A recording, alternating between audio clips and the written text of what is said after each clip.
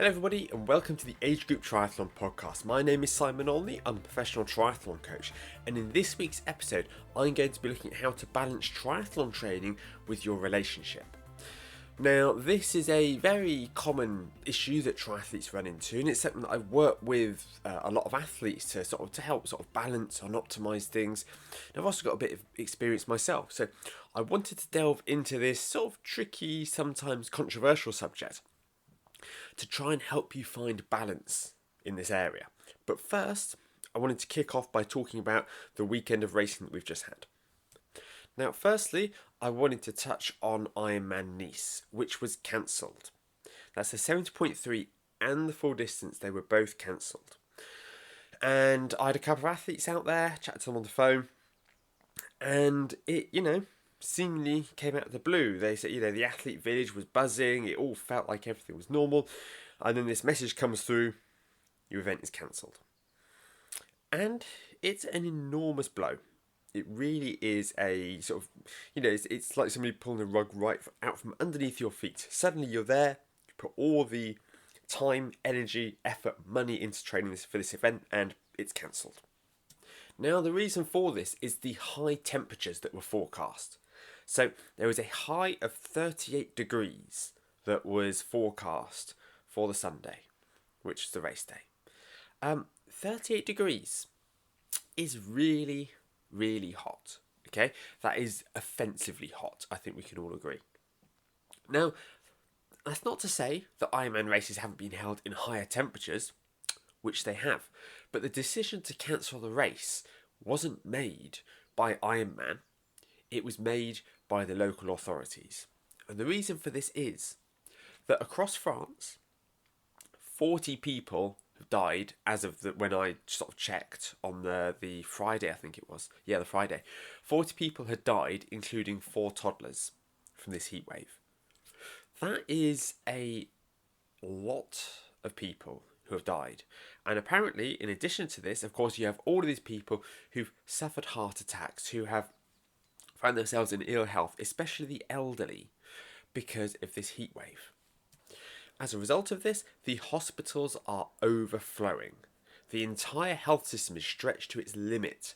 Apparently, there are just no ambulances available because they are all backed up. It's almost like, the peak of the COVID pandemic again, where you could call for an ambulance for a genuinely life-threatening situation and they tell you to get a taxi instead because they cannot get an ambulance to you. And if we are looking at something such as an Ironman being held in those kinds of temperatures, you are going to have people who are suffering with heart issues, with other health conditions out there that are brought on by the heat. And if you were riding up the long, exposed, hot climb at the start of Nice and you suffered a cardiac arrest, or you were descending down the mountains of these technical descents and you had a tyre blowout in the heat and you crashed your bike and you broke several bones in your body, you had a collapsed lung and you were lying there at the side of the road and there was no ambulance to come pick you up. These aren't nice scenarios to imagine. And a lot of people have got themselves into a right sort of mess on social media, as they tend to, calling Ironman soft. We've done this before. But if you ask me, they are starting to lose perspective a little bit.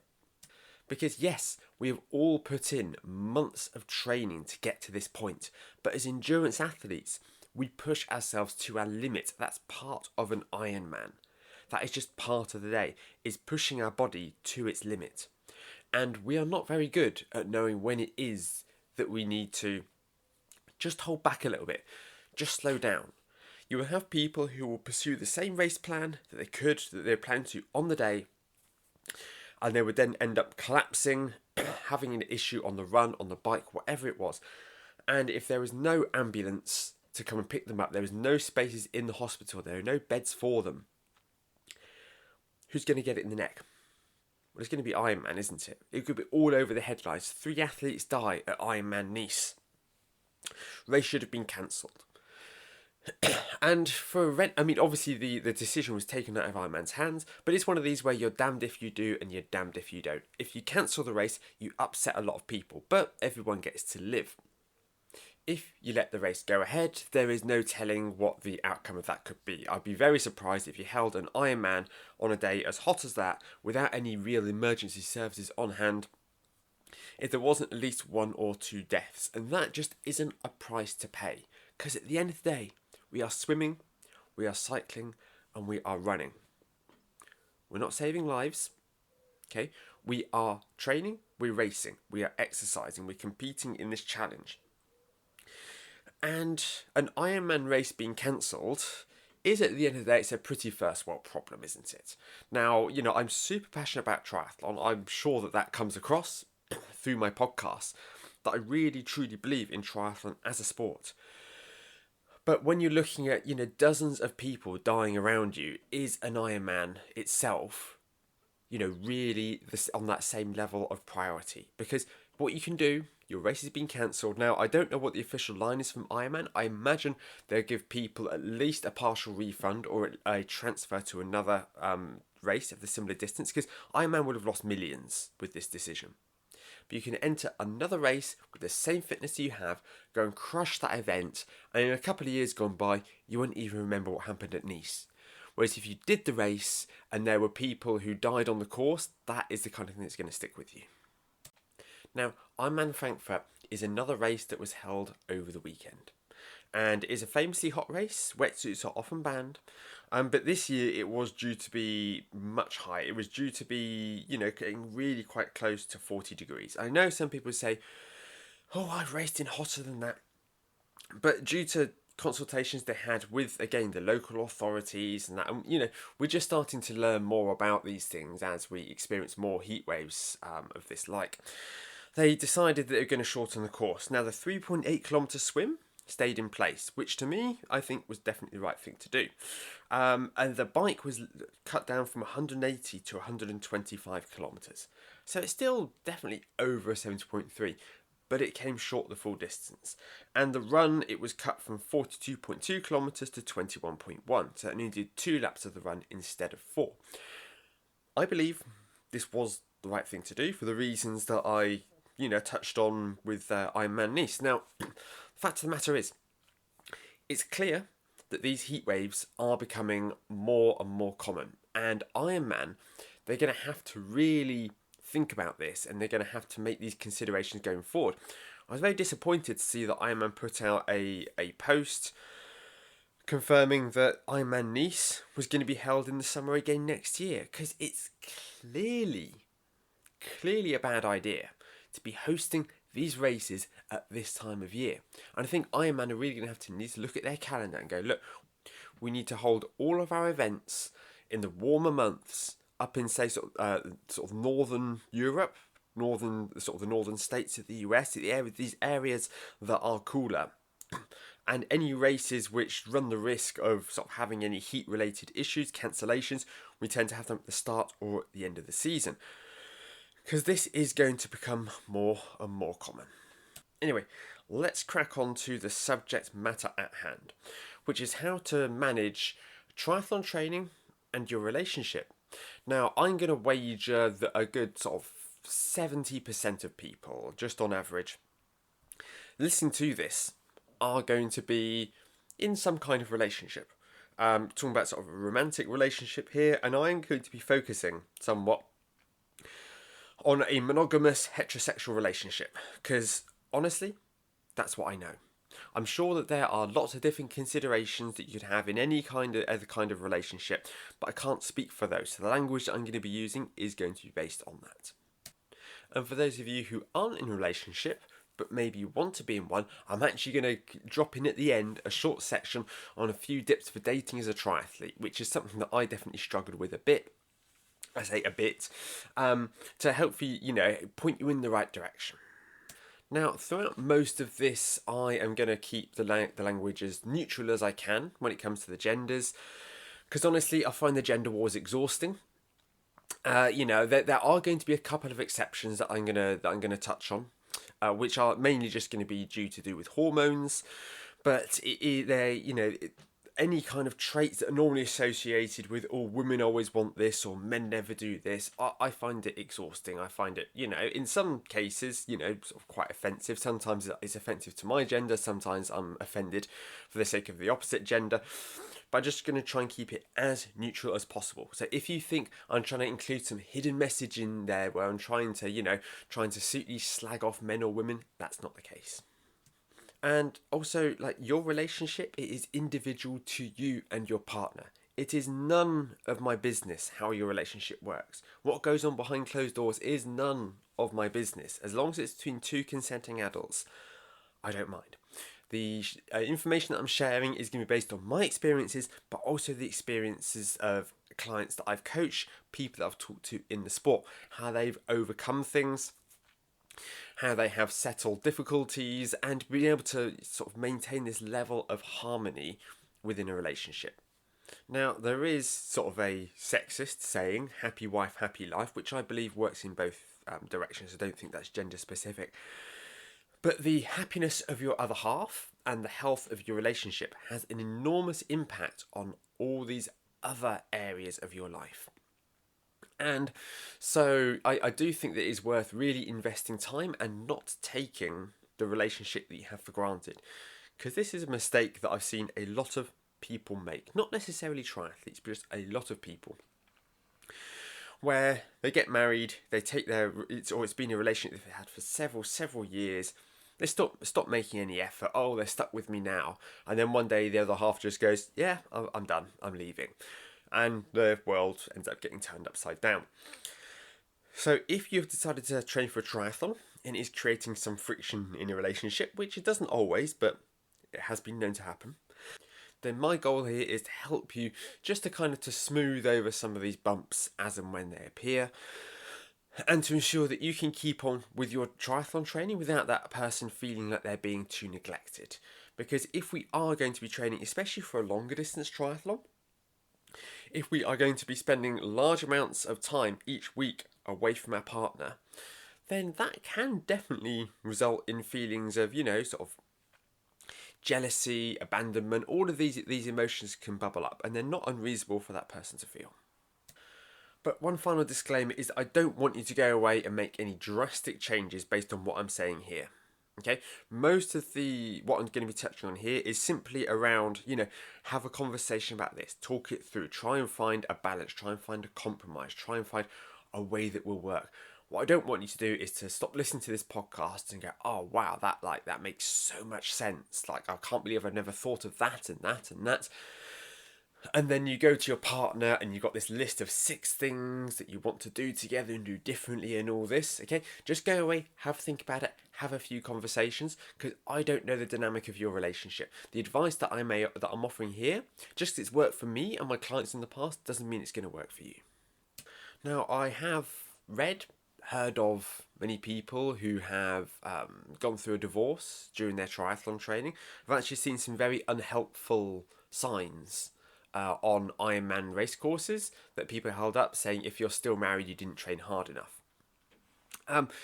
There is this perception that sort of holding a healthy relationship and training for an event such as an Ironman is impossible. That's not true. I know plenty of people who have trained for an Ironman and they've maintained a very happy relationship even whilst they have a young family. It can be done.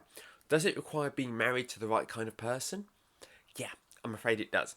But even if this is something that you have decided to do simply sort of out of the blue, hopefully you can help sort of help them understand why it is that you started, this hobby which involves large amounts of time sort of spent away from them. Just a little disclaimer at this point, I am suffering with a cough at the moment, so if you do hear the audio changing and me taking sort of slight breaths, that's me sort of trying not to cough and trying to edit pieces together when I start coughing mid-sentence, so I do apologise. But even if triathlon training, as it does sometimes, leads to the breakdown of a relationship, it is very rarely the sole cause. The triathlon training itself is often the straw that breaks the camel's back, And sometimes somebody taking on a triathlon, taking on an event which does require going out for long times on the weekend, it is so appealing because they get to spend time away from their partner. Now, it's quite a controversial thing to say, but I know that it definitely is true for some people. So, all of the advice on this episode is going to be based on the fact that you want to stay with your partner, which I hope the vast majority of you do. Now, imagine that you're going to hug somebody who's close to you. Okay, it could be a partner, it could be a parent, it could be a family member, a child, whoever it is. If it's a slow, it's a big, it's an embracing, warm hug.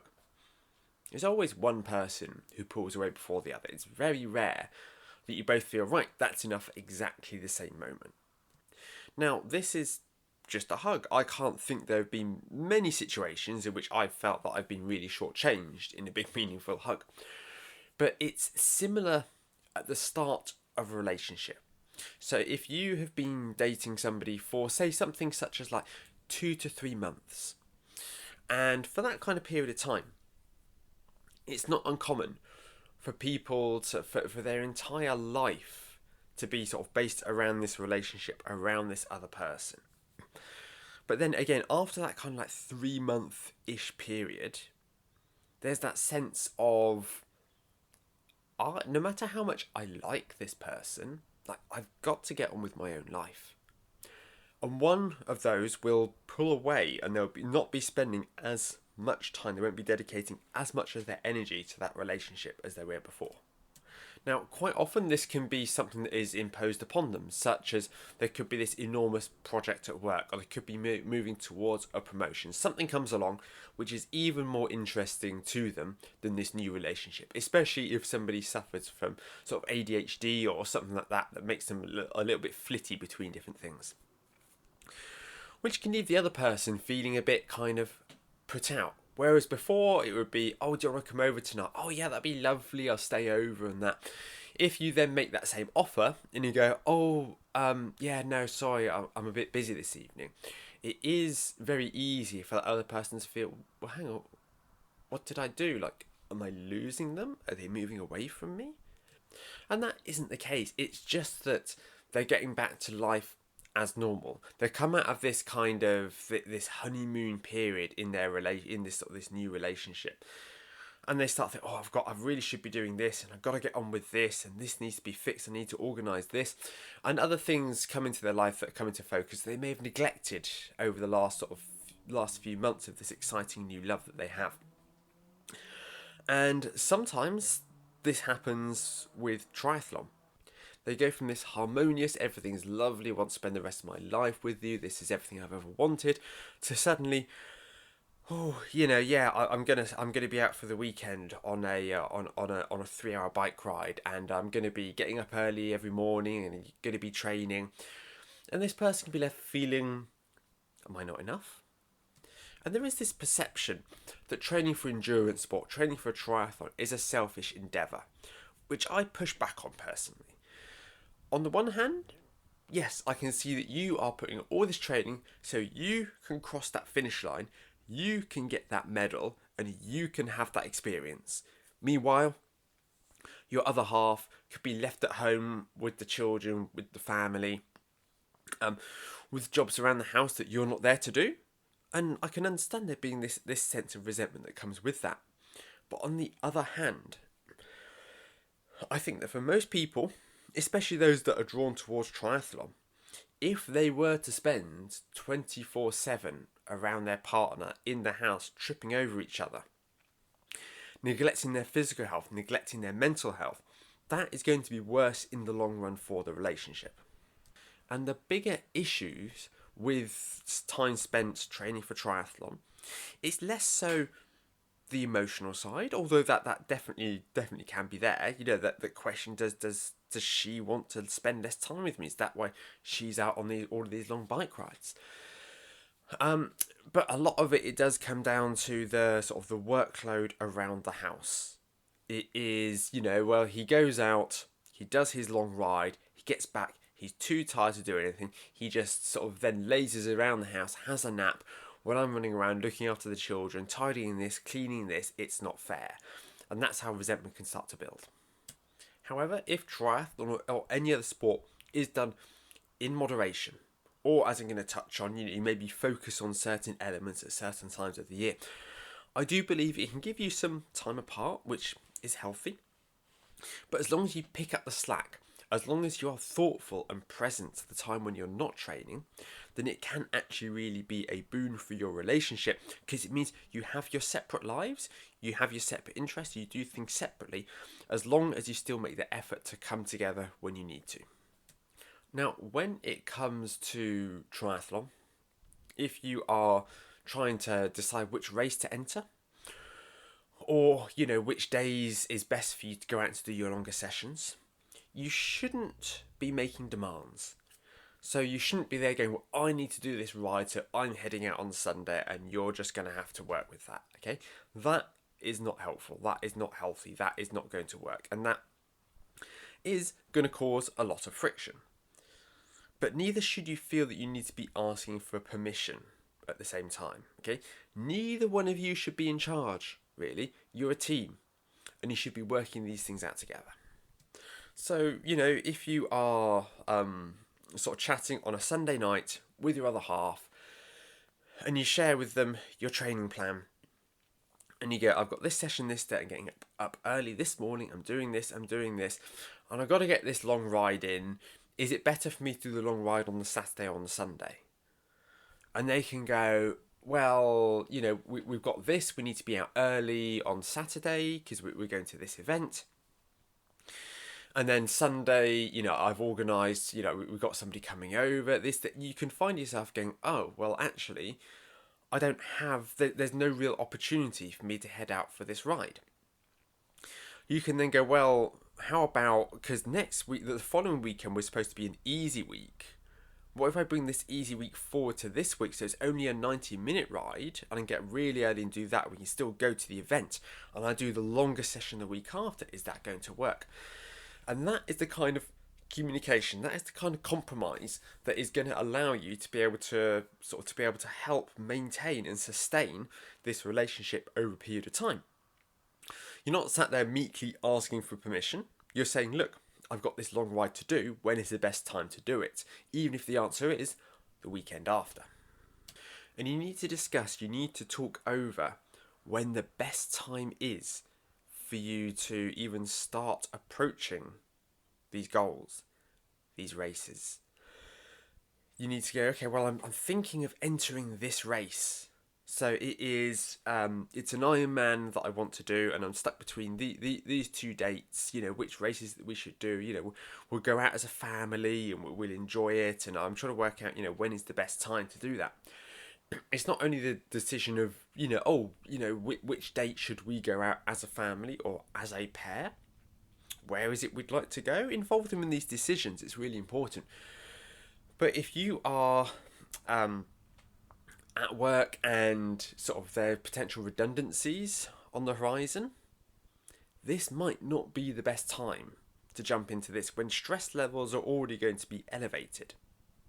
Equally, if your partner is suffering with a sort of a health condition, if your children are they've just started football where they need to be every Sunday morning, somebody needs to take them down to and drive them out to their game or their training session, are you going to be able to work around that? So it's about that working together to find out when is the right time for me to approach this goal. When is the right time for me to start training, to do these sessions, to do these races, rather than just unilaterally go, oh, I've just entered an Ironman. It's in October, so I'm going to be training all over the summer, and it's going to involve about kind of 12 to 15 hours a week. If you just drop that on that person who's supposed to be your partner in life, that is a huge sense of entitlement that comes with that. So work with them, talk these things over. Now, as sports go, triathlon might not be the most expensive sport going when you have the likes of sailing, but it's still high on the list. If you are spending money on bikes, wetsuits, all of this kit, and you are then sort of taking quite a lot of time You're using the garage, you may be taking the car out so you can go out and you can drive. If you are using a lot of the family resources and your sort of political capital, as it were, in the household, to be able to go out there and to tackle this triathlon, you need to be supportive of your partner's interests and hobbies. So if you've just dropped several grand on a bike and new equipment, if your other half turns around and goes, I'd like a new set of golf clubs, you are in no position to turn around and say, oh, we've got to be careful with money. You need to make sure that you are budgeting for this, that you're not exhausting all of the funds yourself. And if they say, oh, yes, I want to go to this event, but the parking is very difficult, can you drive me? You need to be jumping in there and going, yes, of course I can, because this is a way that you can support their hobbies in the way that you want them to support yours. This is especially important if you're a man, you have a young family, and your wife, who normally is almost sort of tied to the young children. If they express an interest in going to do something, you need to move heaven and earth to make sure that happens. This is not the time for you to turn around and go, oh, but I've got a long run on that day. Because missing one single long run is not going to have any meaningful impact on your triathlon performance. But if you were to neglect your other half's wishes, their desires, if you are preventing them from pursuing their own life, their own hobbies, in a sort of a desire to be able to get as fast as you can on your race day, this is a problem. Now, this may well not be a 50-50 split. There is no denying that triathlon takes up more time than the vast majority of other hobbies. If you spend 12 hours a week out training on your own, it's going to be very difficult for you to be able to enable your partner to be able to do their own hobbies for 12 hours a week, because that just may not be possible at all. But what it is that we can do instead is we can make sure that if they do express a desire in something like this, that we are making it a priority, that we are not taking their support for granted, and we're going to move heaven and earth to ensure that they can pursue their own life as an individual. And when you're not training, I want you to take them out on date nights. I want you to really make an effort. Rather than just sitting down, let's see what's on the TV. Go, hey, why don't we go to that new restaurant that's opened up? We get a babysitter, look after the kids, let's go out and do something special. Because just because you're spending less hours with them, because you are out there on the weekend, does not mean that you cannot spend a large amount of time with them. And that you can't, sort of really make them feel special, make them feel loved, and make them feel like they are still a priority in your life. And I touched on this already, but if you are spending decent amounts of money on triathlon, you need to run big purchases past them. Even if you have it in your mind that it's your money, you can spend it how you want. If you have all of these expensive bikes that are starting to appear and all this equipment, all of this gear, that can come across to certain people. I mean, I know that I certainly would at certain times, in kind of some low-level deception, not being entirely honest and clear and open with somebody about this. And if they just sort of brush over how much it is that they spent, and there were jokes about how to hide and disguise how much it is that you spent on race entries or bikes and that from your other half. But this does come down to some deception, some dishonesty.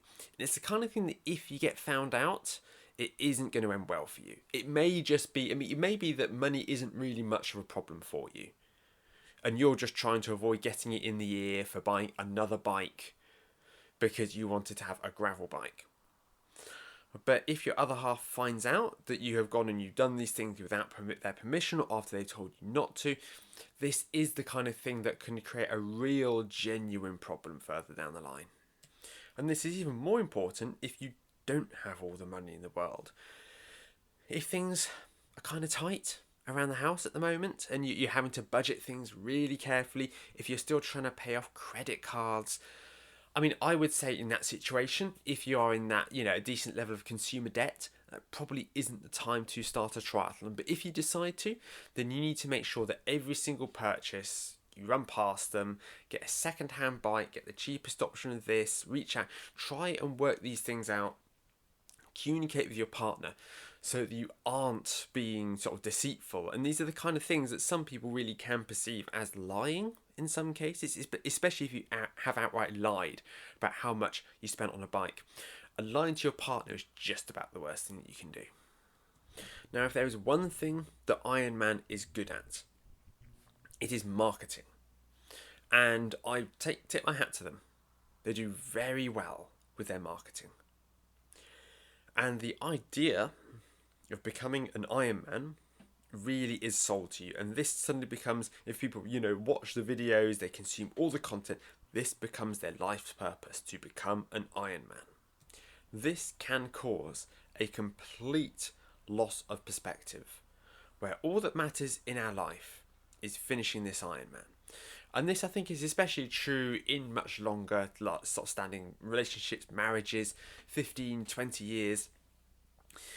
And, you are very much taking your partner for granted at that point. You think, I'm going to take on this event. I'm going to become an Ironman. And we lose perspective, and we spend so much time, money, effort, energy, all of this on our event, that we drop the ball in other areas of our life, including our relationship.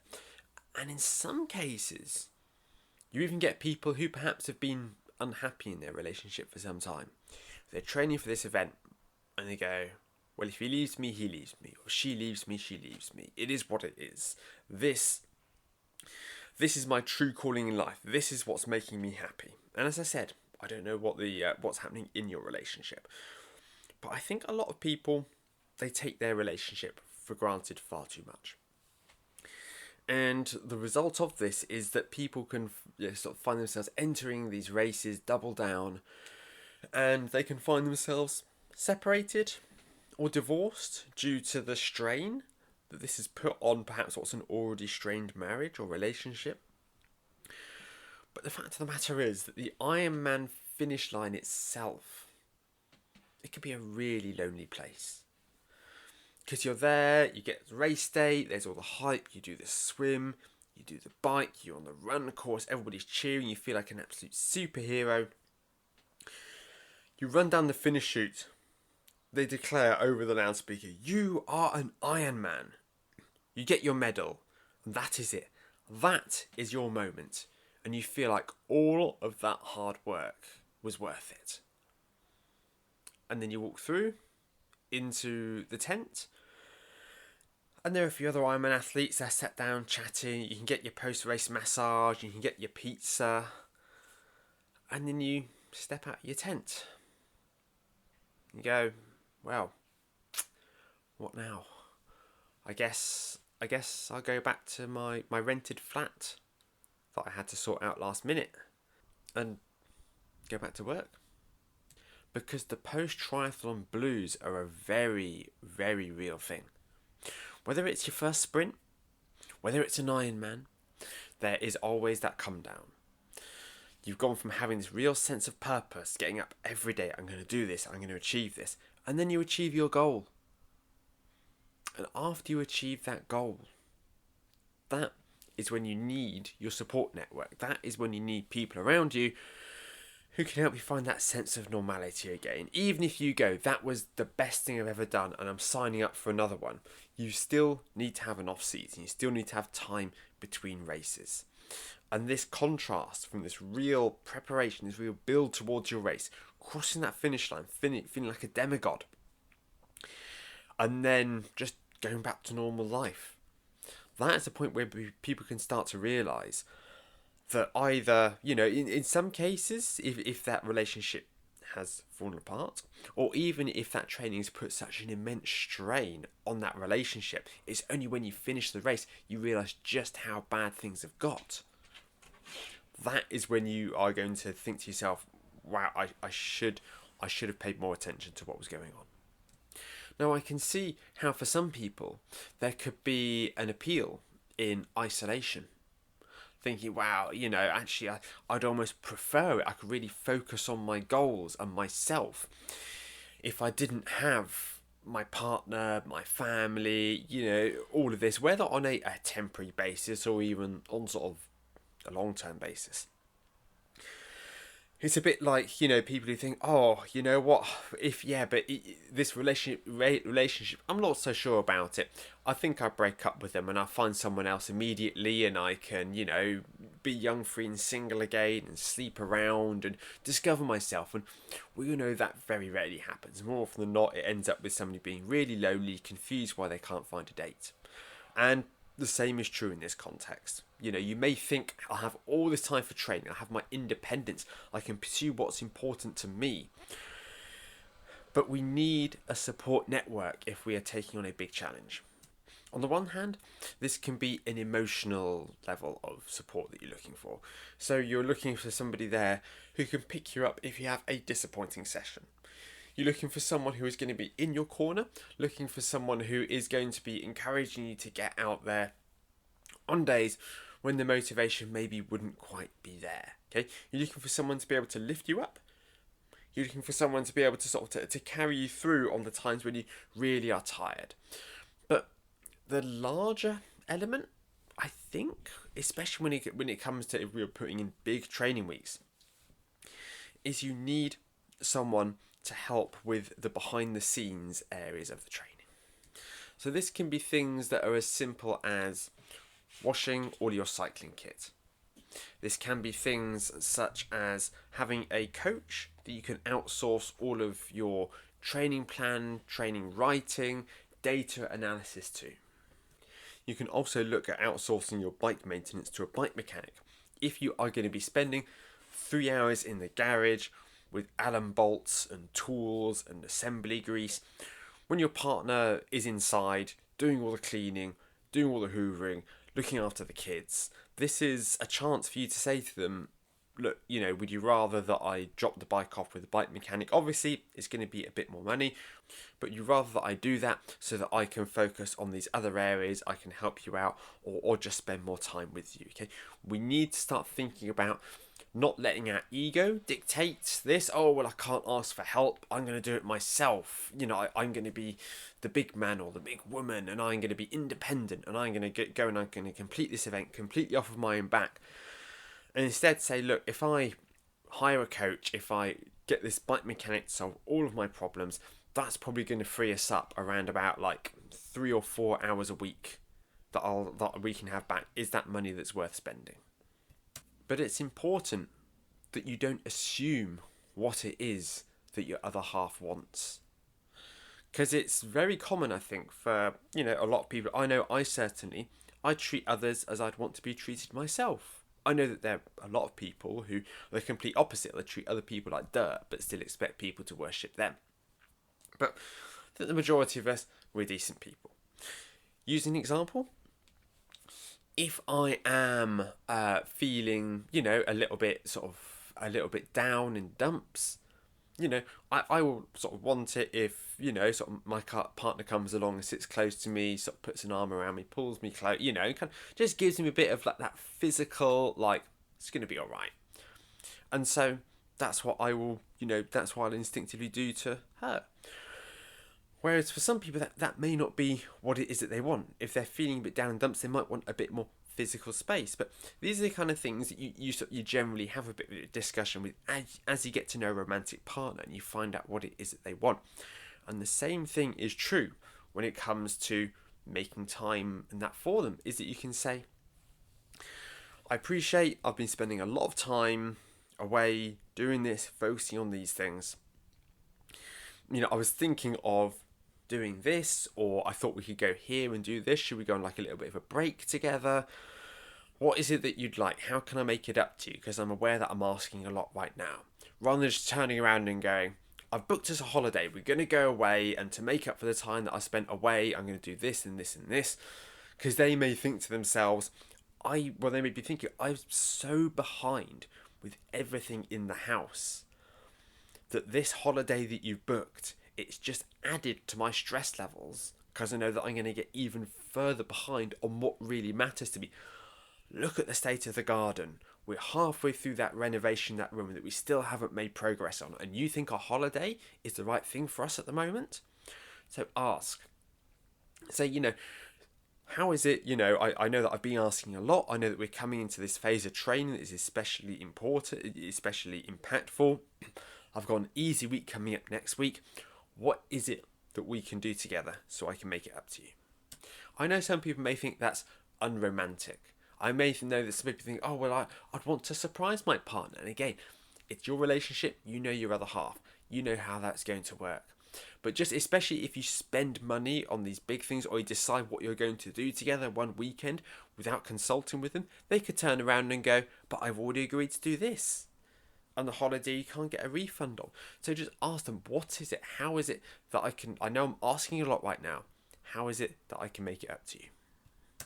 Now there's one phrase that you should really be very afraid of, which is just do whatever you want to do. This is not permission, this is a dare. If somebody has got to the point where they go, well, you know what, just do whatever it is that you want to do. Don't go, all right, I will do then, and walk out the door and go and do whatever it is that you want to do. Because that's going to leave them feeling incensed. And look, I am not an advocate of people who communicate in such an indirect way, okay? That's not something I would ever say to a partner of mine, but it is something that I've seen. I've heard people, because at this point, sort of talking back, because at this point, this other person has checked out. They're just, you know what? Suit yourself. Do what it is that you want, okay? If somebody says something to you like that, pull up a chair, sit down to them and go, please tell me what's wrong. Because I can tell you're not happy. And how is it that I can make this better? And listen to them. Don't just sit there and give them excuses and explain, oh yeah, but I've got to, and what you don't understand. Sit there, listen to them, engage, and try and find out a way forwards. Because the thing that we all want to do is we want to feel listened to. We want to feel understood. We don't just always want solutions thrown at us. Sometimes we just want to be heard. Because lots of people, and I include myself in this camp actually, it could be a character flaw, I appreciate that, is that a lot of people, they'll put up with an awful lot before one day they just wake up and they go, I can't do this anymore. And that's how my last relationship ended, really, is that I just made that decision that things, weren't going to work out, that she was never going to come back to the UK, and I just decided that I had to pull the plug. And it wasn't months of threatening breakups. I think that, weaponizing a breakup is a very toxic thing to do in, almost every situation. You're giving an ultimatum, if you don't do this, then this is going to happen. But people will go from like taking neglect, taking these punches, being disappointed, and it will just happen one time too many, and they'll just go, yeah, I'm done. And this is when people turn around and say, oh, the divorce came out of nowhere. Well, it didn't come out of nowhere. It was building up for years. All of these decisions, all the times that they put something or someone else in front of you. And it just gets to a point where they realise that they don't matter to you anymore. And that actually they need to find someone else. They need to find another route, because this just simply isn't making them happy anymore. And people say, oh, they just came out of nowhere. They just upped and left one day. There was no conversation about it. They will have been communicating this to you for months, years. Even if it's not in a direct, I'm going to break up with you. They say, why can't we do this? I'd like to do this with you. Can't we? But the other person, they've always got an excuse. They've always got a reason not to. And they'll just wake up one day and go, yeah, I'm done. And so that's something you need to be very aware of. If you are, with people who might be, if they're not the kind of the overly dramatic type, if they're not the one who are going to start sort of threatening to leave you every other week because of some minor thing that you've done. A lot of people, they'll take an awful lot and they get to a point where they go, yeah, I'm just done. And you need to keep this in your mind. Next up, I'm going to talk about sex. If you're the kind of person who thinks, I don't want to hear him talk about that, that's not right, that is, just skip forward 5 minutes. It's not going to get graphic, but I'm going to be touching on the subject of sex because this is something that you can only do with your partner. Well, assuming that you're an ethical person. There's only one person in your life in a monogamous relationship who you can have sexy time with. And the regularity of this and everything else surrounding it, it can actually be really important for the health of a relationship. Now, I've got some friends who are in an asexual relationship. They're perfectly happy. But for most people, they would be happier in their relationship if they had a healthy sex life. Now, the vast majority of us, when we first met our partner, when we decided to cross that bridge, we had a really healthy sex life with them. But there's a good chance, not always, but the vast majority of people, after those kind of initial few months, the regularity will start to decrease. It could be, it's quite often that, as I referred to earlier, they start paying more attention to other parts of their life rather than simply this person that they're dating. They start to feel stressed about what's going on at work. They start to find they're using their energy and effort elsewhere, and that to them, it's just not as natural as it was.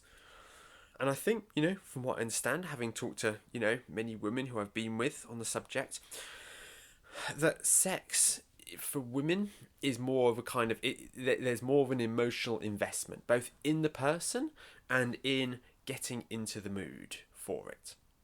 Whereas I think as men, we're almost sort of ready to go, broadly speaking, at any given time. For women, and I imagine it can be, some men as well, it's more of a case of, they want the nice evening together, they want to feel special, they want to have there's got to be this build up to it. They've got to tell this story that's going to move towards this, okay?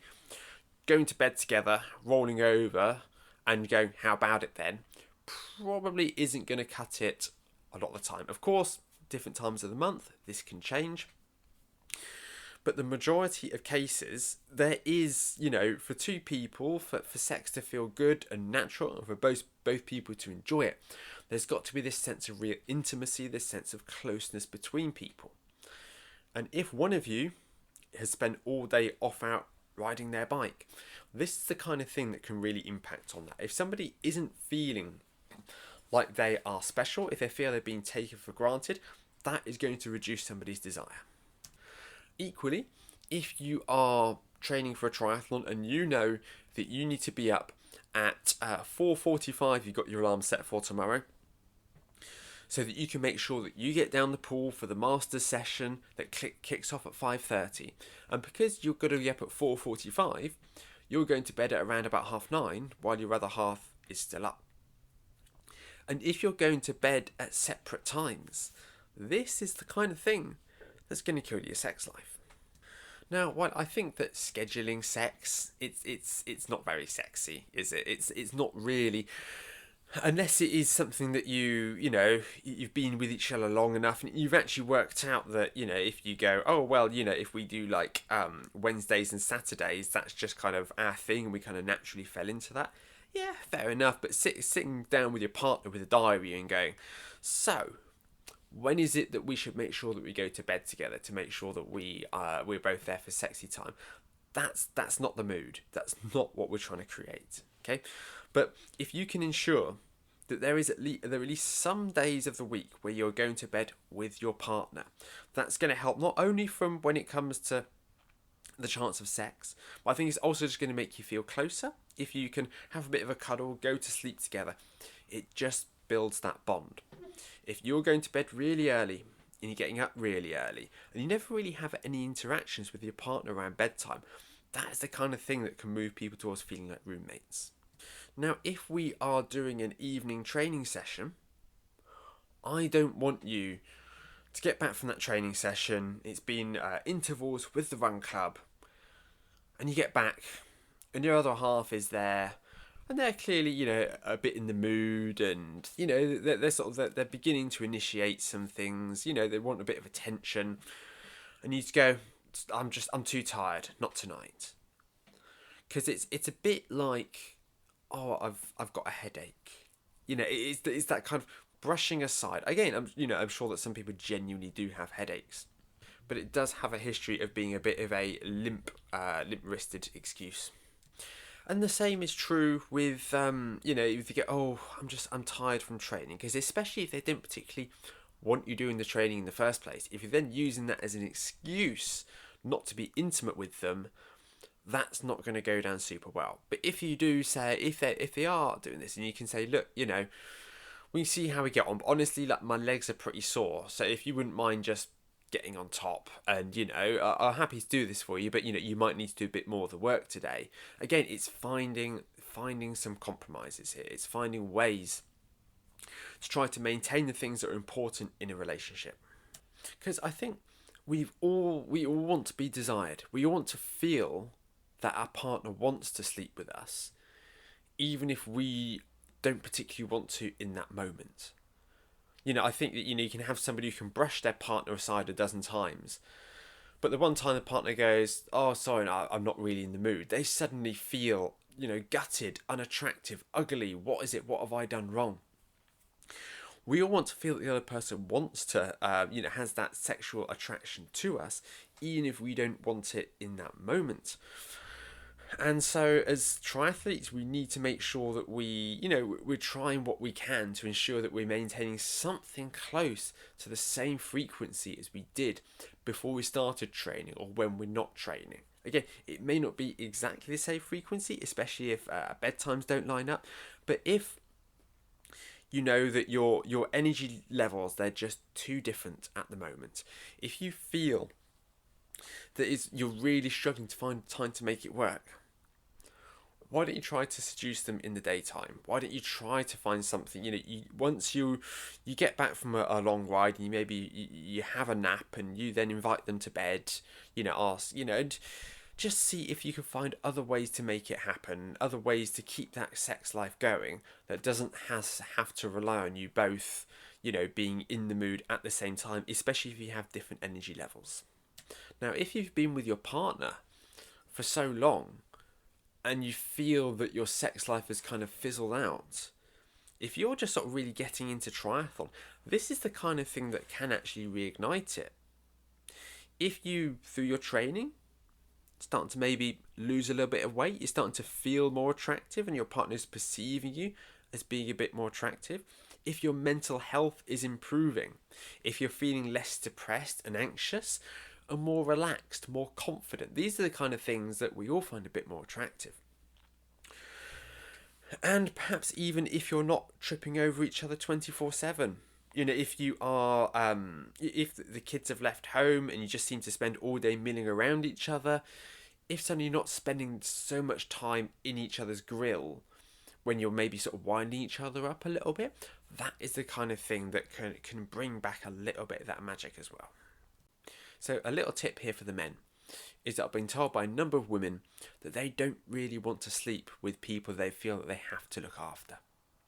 So if you are just creating more work for them by doing your triathlon, by giving them all of these extra jobs, all this logistics, you cause them these extra headaches, and they feel like you just sort of get in and lounge around while they're rushing around trying to keep everything moving, that's not good. That's not conducive to the desire that they're going to want to feel. Okay, so make sure that you step up and try. I'm not saying that you have to sweep them off their feet or look after everything for them, but you don't want to come across as being this man-child that gets back from your training, lounges around all day, and then still expects something at night.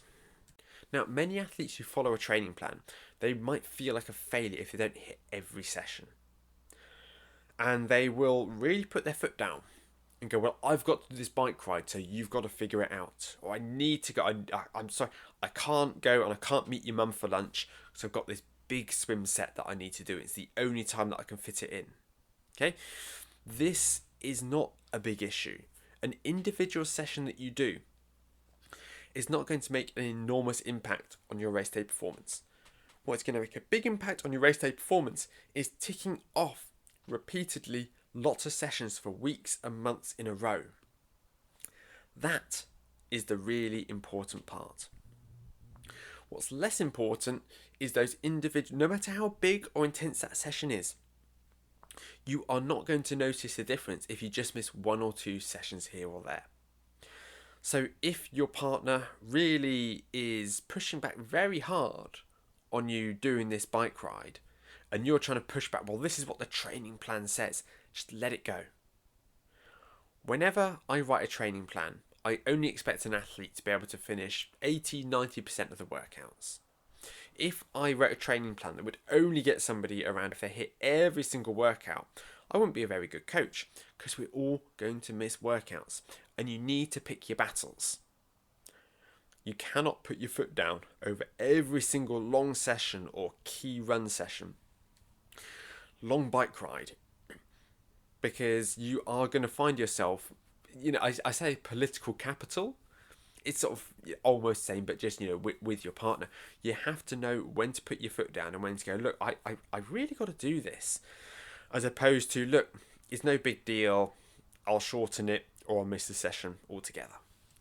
And to reduce the need to sort of spend this political capital, I recommend that you sit down and you do all of your planning with your family. If the kids are old enough, involve them too. Where is it that mum should do her next race? Where is it that we should go? How does that fit in? What kind of holiday do we want? Obviously, once you've maybe just had a chat with you and your other half and you've shortlisted it to sort of to 2 races that you're both sure are going to work, but hey, why don't we let the kids have a final say? They can decide where it is that they want to go. Because the more buy-in, the more the people feel they're involved in this process, the more they're going to feel they want to support you. And I know a lot of my clients who said, oh, my partner is my biggest cheerleader. Even though we've got a young kid, she wants me to get out there. She wants me to have my own life. She wants me to achieve this goal, and she is there every step of the way. She's an absolute star. But I've also had athletes who have stopped training with me because they've said, just like the other half, she's just not having it. Like it's just got too much. And I respect that. If they have this huge goal that they are pushing towards, it's really important to them, but their partner says no for whatever reasons, again, I don't know what goes on behind closed doors. If the partner goes no, like we can't continue down this road, and they go, actually, you know what, my marriage is more important than this one race, I respect that. But there is a lot that we can do if we sit down, we have conversations with people, if we involve them in these decisions to give them more ownership over the process. Because as I've touched on previously, you really need the support of your loved ones to achieve peak performance. Not just getting round a short triathlon, but if you really want to complete an Ironman, if you want to set a big personal best, qualify for this event, it is incredibly difficult for you to do on your own. You need someone to walk the dog, someone to clean your dirty kit, perhaps someone even that joint income to be able to support that sort of your racing hobby, someone to look after you on race day to carry your kit around. Having that extra pair of hands, having somebody there to support you, to look after you, is so important. I mean, there's a reason that nearly every professional triathlete has a significant other, because there's so much involved, and they're not ashamed to lean on them for a little bit of help. But if you are asking a lot of them and they're providing you with a lot of help and support on your rest day, I really need you to pull your finger out. This isn't a time for you to sit around with your legs up on the sofa and going, I really need to rest. It's important to give my body this rest. You need to have a list of things that you've agreed to do around the house, or you've agreed to help your children with. You've agreed to go out and to do this. I need you on your rest day to go, right, this is time for me to step up for my partner, for my family, and to sort of to make amends for the time that I've missed. Because, I need to make sure that we keep this household running. Now, it may not be, the garden may not look quite as nice as it did when I wasn't training for an Ironman, but I really need to make sure that I am doing everything that I can to try to ensure that we are keeping all of this going, that we are keeping the ship afloat. Even though I can't give it as much time as I did before, here I am, I'm making an effort, I'm doing my best to ensure that I'm not taking all of the help, all the support that I get for granted, and I'm pulling my finger out. Now, something I'm doing more with the athletes that I coach is that we're doing a long run during the week. So if somebody's training for a 70.3, well, what's the length of the long run? Oh, it's an hour and 40 minutes. Well, we train for an hour most weekdays anyway. Do you think you could get up a little bit later, and maybe if you're lucky enough, if you have the option to, start work a little bit later and finish work a little bit later to allow us to get that long run done in the week? Yeah, I think I can do that. They say, I think that will work. Brilliant. Let's do that. Because what that allows us to do is we can take Sunday as our rest day. So we do our long ride on the Saturday, straight into Sunday, rest. So once you get back from your long ride at 9 or 10 in the morning on a Saturday, you can say to your partner, to your family, right, that's it, you have me for the rest of the weekend. And all the better if on your Saturday you get back from your bike ride, you can do bits around the house, help keep the ship afloat, and then on Sunday we can go, well, why don't we take the kids out for the day, or why don't I take you out to this art exhibition that you've been talking about, or we can go to the cinema together or the theatre, and really make an effort to make the most of every minute that you have in each day. That's not to say that you couldn't then have a really sort of lazy evening where you just wind down together because you just need some time off, some time away. But if you're going to be using all this political capital, keep using that phrase, if you're going to be heading out for these long sessions, if you're not going to be around for most of the week, you need to make sure that you're making up for that during the weekend. Of course, assuming that's what your partner wants. Your partner could turn around and say, look, I appreciate you making the effort, but it's a bit much. Then you can back off. Now, it is a minority, but some partners can become jealous of the time that you spend on yourself, especially if they struggle to chisel any time out for themselves. They can also be suspicious of the amount of time that you can spend with other people, especially if you're riding with a cycling club or a triathlon club and there are sort of what they deem to be sort of younger, more attractive members of the opposite sex there. In these situations, transparency is critical. So, it may feel a bit much, and again, they may find it's a bit much, but it may help if you can get back from your ride and you get there, and they can maybe be a little bit, grumpy that you've just got back and they've been doing all this without you, or only just starting this, and you weren't here to help with this. But if you can share, here's the map, here's where we went, here's the group photo that we took at the top of the hill, and yes, there's a member of the opposite sex, but they are on the other side of the photo and you're not sat there cozying up to them. These are the kind of things I think, oh, actually, now I see it. I see what I can see where you've been. I can see the photo that you took. And they may have created these scenarios in their head of what it is that you're actually up to, where it is that you're actually going, and that. When they see that in the photos of what it is that you went, that's the kind of thing that can put somebody's mind at rest. Now, obviously, this pendulum can swing too much the other way, where you're giving them way more information than they need or they're interested in.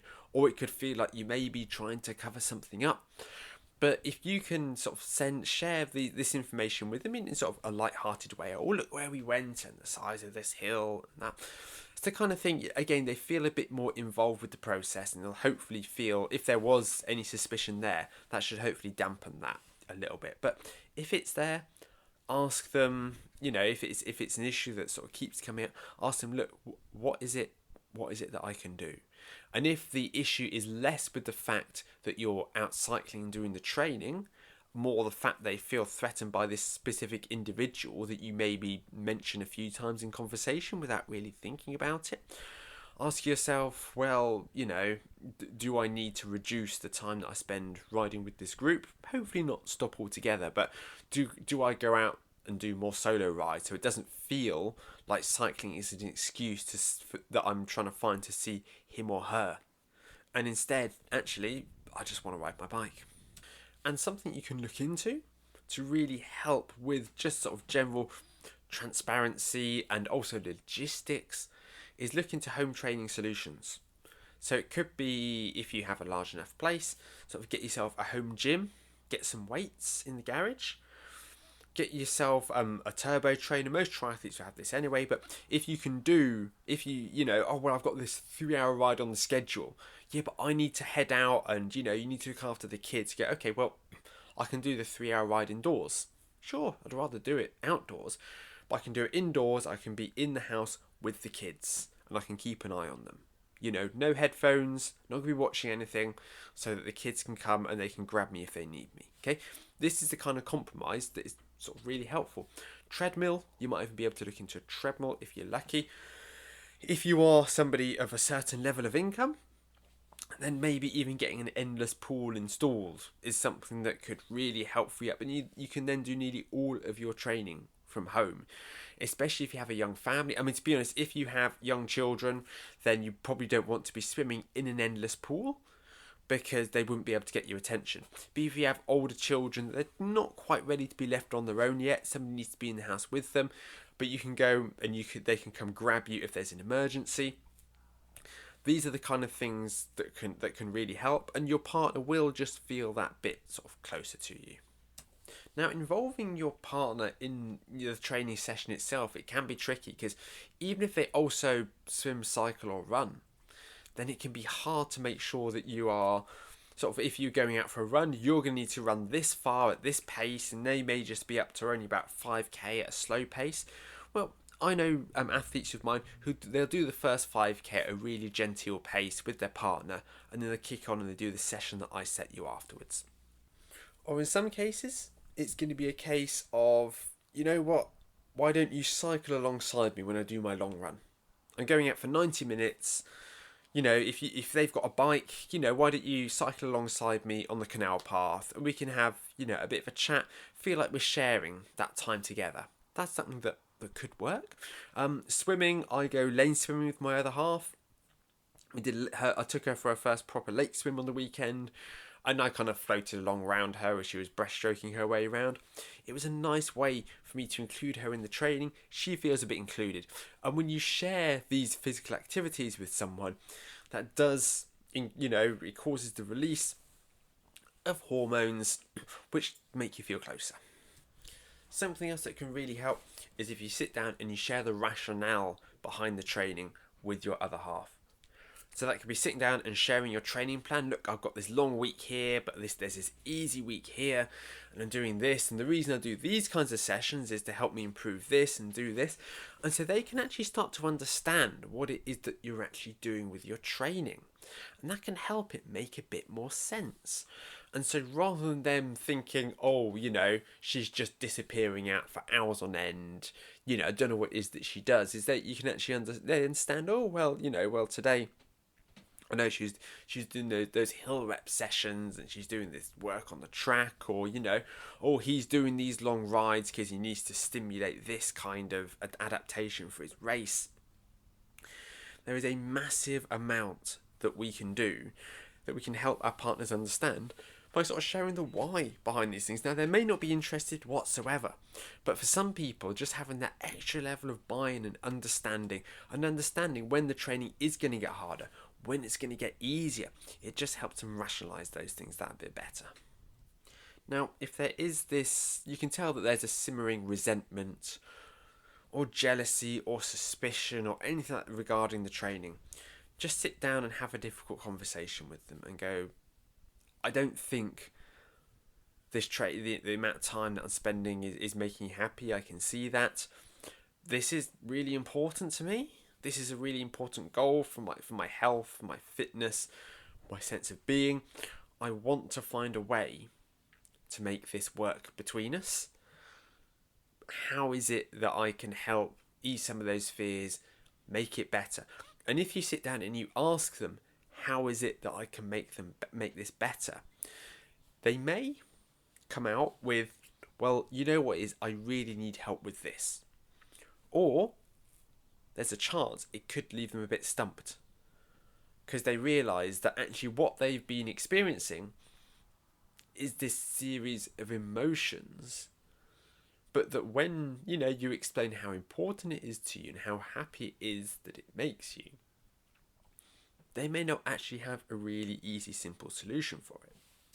Because the fact is, and what I've been kind of leaning on during this episode, is there are a lot of triathletes who are very unreasonable when it comes to the liberties that they wish to take within their relationship when it comes to their training.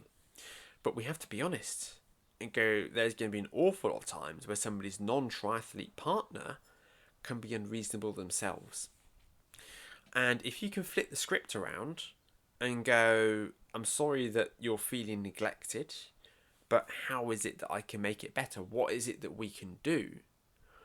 That can actually start to get them thinking, and it can help them appreciate how important this is to you if they hear you speak passionately about it and have an honest conversation. Don't sit down as an adjutant and go, well, what would you rather me do then? How am I supposed to, how am I supposed to manage this? If you sit down from a very kind of serious, humble point of view and go, I'm sorry this upsets you, but it's really important to me. And I feel so much happier since I've been doing all of this. But I don't want you, I don't want it to make you upset. I don't want you to feel this way. How is it we can find a way to move together? That is going to be a much more fruitful conversation. I know some people, they feel they want to be the patriarch or they want to be the matriarch in their house. Under my roof, this is what happens, what I say goes, I put my foot down, I have the final word. And they feel that this is the kind of thing that gives them an aura of strength. But whereas it may impress a stranger, to your nearest and dearest, this just makes you come across as being obnoxious. So, just sort of drop that act and just go, look, I've clearly made mistakes. I clearly could have done this better. How is it that we can find a middle ground? How is it that I can help you here? So I think my take-home message here is not to let a happy marriage or a happy relationship go down the drain in pursuit of your short-term goals of completing a triathlon.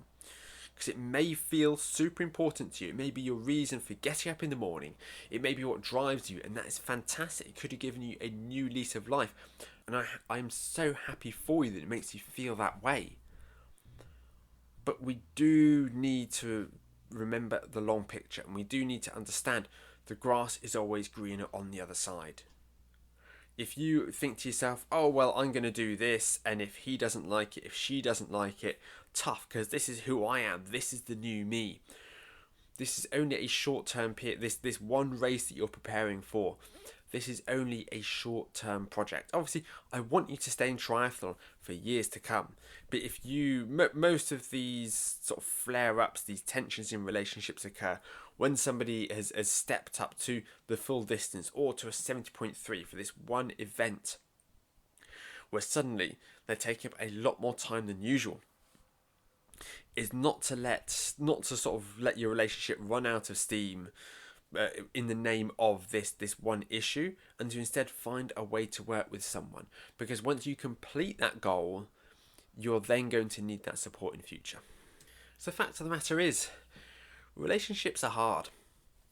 You may have grown up and you may have seen people around you who seem to be the absolute picture of marital bliss, and you find yourself in your relationship, you're having all these bumps in the road, these problems, these conflicts.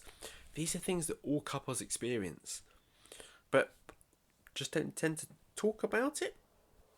There are some things that you shouldn't really be sharing, even with your closest friends.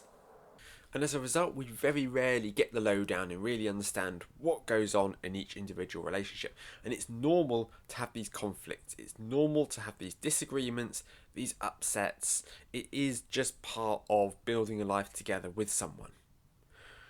You just need to focus on working through these, trying to find solutions together as a team, rather than you thinking you're the main character in this relationship and that your other half is just there to support you. They're the supporting character. So some of you may have listened to this and thought, oh, that's really interesting. I'll save it for my next relationship, or if I ever find myself in a relationship. But I'm single at the moment. And so I wanted to share with you, between the ages of 19 and 30, I only had one relationship, and that lasted for a few months before it just sort of didn't really work. And I'm not the kind of person who sort of sees any real appeal in one night stands. And I spent a lot of time trying to find someone in London, but with no luck. Then I took a year away from dating just to be myself a bit more, have a bit of a reset, build up my confidence. And then when I restarted dating again, the first date I went on turned into a 5-year relationship. That relationship came to an end. I then went on a date after that, which didn't go anywhere. But the second date that I had when single that time has now turned into a 2-year relationship. So, what's the difference? What happened? How did I change my approach? Now, obviously, a large part of that is me as an individual, me just sort of growing over the years. But I wanted to share a few tips that were specific to triathletes that I think are really impressive, but people that we're dating probably don't. So the big fact of the matter is triathlon is just not as interesting to most people as we think. To us, we think of ourselves as being demigods. We think, I'm swimming in open water, I'm going and riding fast down these hills, I'm out there for 100-mile rides, I can knock out a half marathon as if it's nothing. I'm this super fit individual. But for a lot of people, they just see that and they go, don't really care. And that's quite hard for us to come to terms with. This is our big thing. This is our reason for getting out of bed in the mornings, and people don't care. Well, for a start, those people aren't for you. Clearly, if they have no interest in your hobby, if they don't think it's at least vaguely impressive or interesting, next, you need to move on. And I think that something that changed is that I became pickier with who it was that I met. I think previously, if I found someone attractive and I got chatting to them and they seemed interested in me, I'd go, oh, well, okay. Or, sometimes they would ask me out, but I would, oh, why don't we go here and do this? And then I'd sort of meet up and I'd sort of waste an evening or longer sometimes with somebody that I had nothing really in common with and no chemistry. I was just hoping that I would find someone to go on a few dates with and see where things went, rather than sort of actually being more kind of picky with who it is that I went on dates with, people who I thought I really had things in common with, and I clicked with, via the messaging. And I have to say, a lot of, not all of it, but sort of a good 70% of the dates that I went on were people who I met sort of via dating apps, and it's much harder to figure this chemistry out. Now, as a straight man dating women, I think that a lot of men, especially in sort of my 20s, when I was struggling, sort of associated with sort of being irresponsible in many ways. And I think that a lot of sort of women, they'd see me, I've got these bikes and I do this and travel here for these races. And to me, being in the film industry at the time, I think they're thinking, okay, so there's this guy on this variable income who has a job, which again didn't help, a job which involves travelling and on these big projects. And although the film industry might sound exotic and exciting, when people, I think I explained the reality of what it looked like on a date to people, I think they started to lose interest a little bit. But added into that, and he spends all this money on bikes and wetsuits and travelling to events. If somebody is looking for someone they want to marry, to create a future with, they're going to hear that and they're going to think financial irresponsibility. And for a lot of people, that's an issue. And I think, many heterosexual women, they tend to think more ahead into the long term of, I'm looking for a life partner. Of course, some women, they will just go on a date with a guy because they're looking for a bit of slap and tickle. And I definitely had that, where I met up with numerous women who I thought that we were sort of laying the foundations for a potential long-term relationship. and they wanted something much more short term. They didn't expect me to see me again after tomorrow morning. And I completely misread the room, the memo, the message. They were perhaps unclear about what it is that they were looking for. The result was that there was this kind of these sort of, it's not even a misconnection, but a mismatch in, expectations, what it is that we're looking for as individuals. So, but for those who are sort of thinking more about the long term, somebody who does lots of swimming and cycling and running, it may sound sort of kind of interesting in the short term, but they don't foresee themselves being with a partner who does go out and spend weekends training and racing. And we need to figure these things out early in the dating process. Because as triathletes, we're really not for everyone.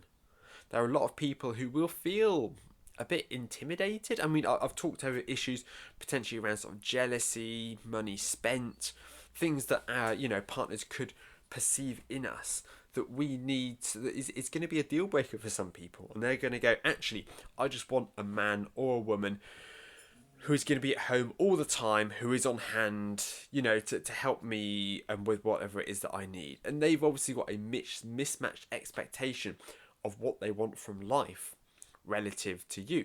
And in some cases, that could be a very toxic idea. If it is, again, somebody who they just want their partner to be at their beck and call, like, what are the odds this turns into a toxic or abusive relationship further down the line when they want to have their own hobbies, personalities, friends? As an example, I remember I went on a what I felt was a really positive date with someone who I'd been chatting to for ages online and felt that we really clicked. And she said, "Oh, I don't think we should see each other again." I said, "Oh, I'm surprised. I thought we got on well."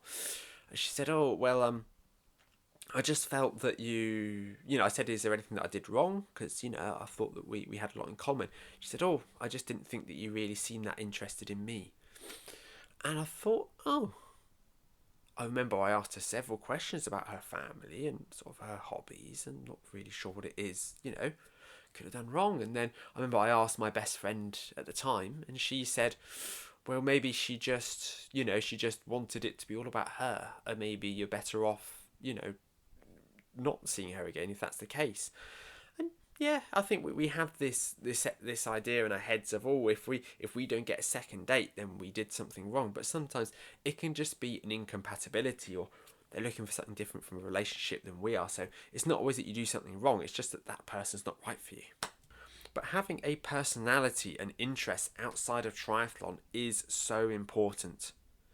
Because if you treat triathlon almost like your job, if you have, a very benign job that, you have no interest in, you don't really talk about anything, but you bang on about triathlon all day and all night, like, people, it's not interesting to just sort of want to sit there through dinners where somebody talks about their run splits or oversized jockey wheels or the merits of an early vertical forearm in the swim.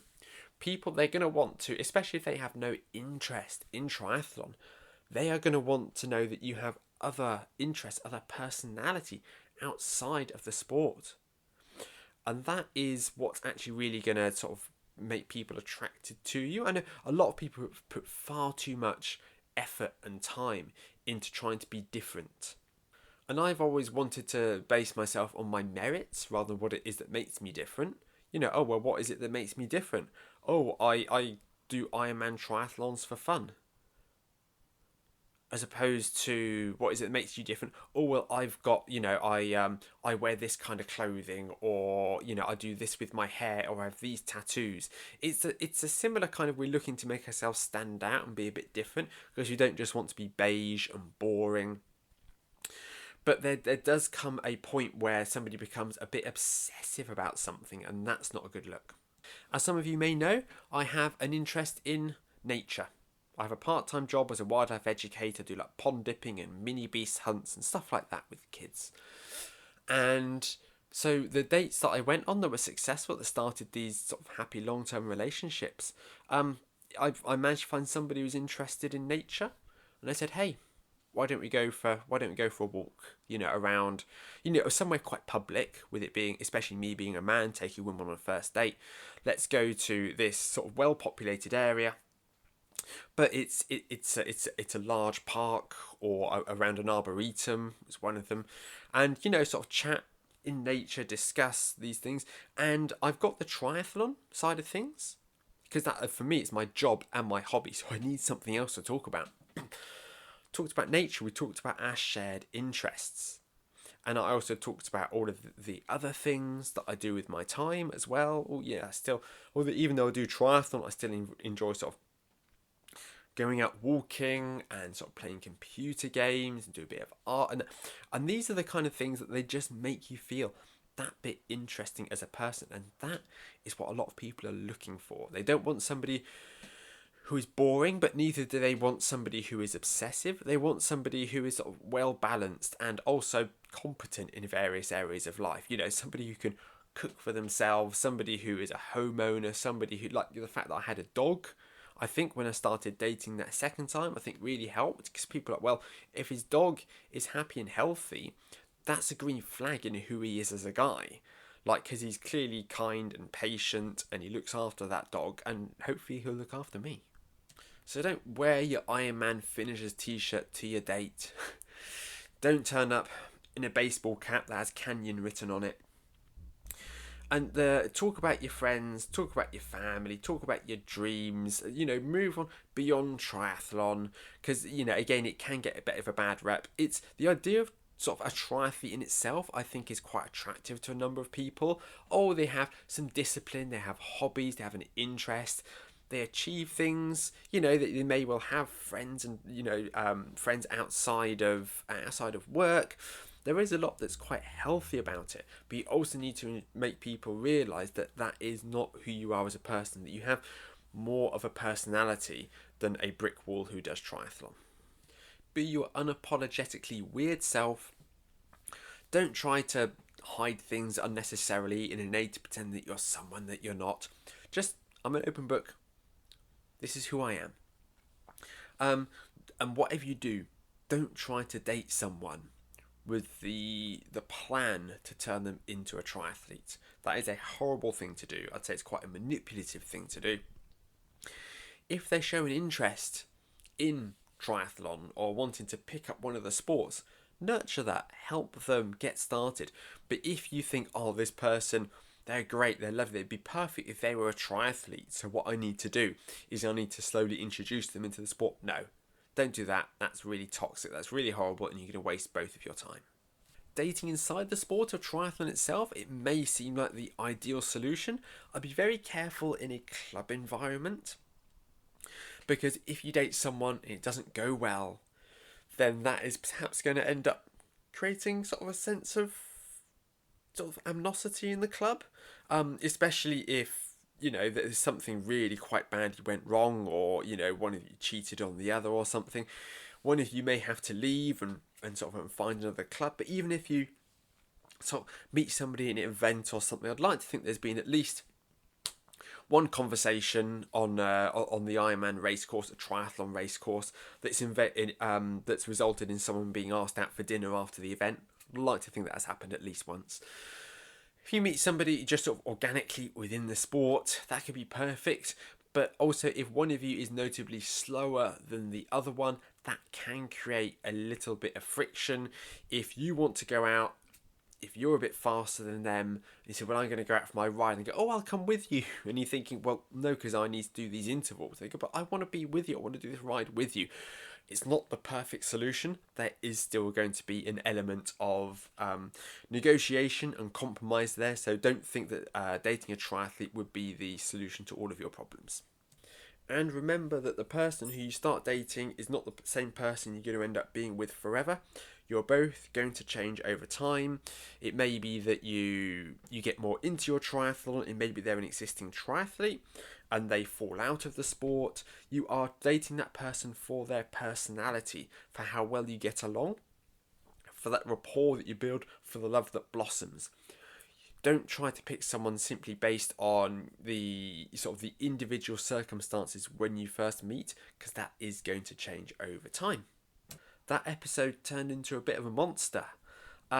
It's something that I wrote quite a popular article about. I've wanted to delve into a bit more information, in a bit more detail, because I think it's something that, a number of people, they really get hung up on it, or they think, oh, I couldn't train for an Ironman because, or, I'm finding issues within my relationship. I'm not sure how to solve them. I hope this can help. Again, don't suddenly come away from this episode and start changing this and this and this. Hopefully the takeaway message from this is talk to your partner, try and find a way to work around it, try and find a compromise, help them understand why it's important to you, try to work through solutions. That is the way that you are going to be able to create that harmony that we're looking for. Because if you are a triathlete, you don't want to be using any unnecessary energy or carrying any stress from your home life, if at all possible. Especially, when you compound that with work stress and the like. We want our relationships to be as harmonious as possible, with people still speaking up and advocating for themselves where necessary. And that a lot of issues in a relationship, whether they're related to triathlon or not, can largely be negated with better communication. If you have been struggling with friction in your relationship, with your triathlon training, and you're thinking, if I could outsource a lot of this to someone else, have a look at my coaching options below. I've got my bespoke coaching and I've got my coach training plans. I can help build that training around your individual domestic circumstances. I can help restructure things and help you work out where it is that we need to prioritize our effort, where it is that we need to make sure that we're really hitting those sessions, and where it is that we can afford to step things back a little bit to help you maintain balance between triathlon training and your home life. And my email, if you'd rather just send me straight email, it's simon@phazontriathlon.com, Phazon, Phazon Triathlon, and I hopefully hear from you soon. If not, I see you next Tuesday morning for more in the way of swimming, cycling, running tips. Take care now.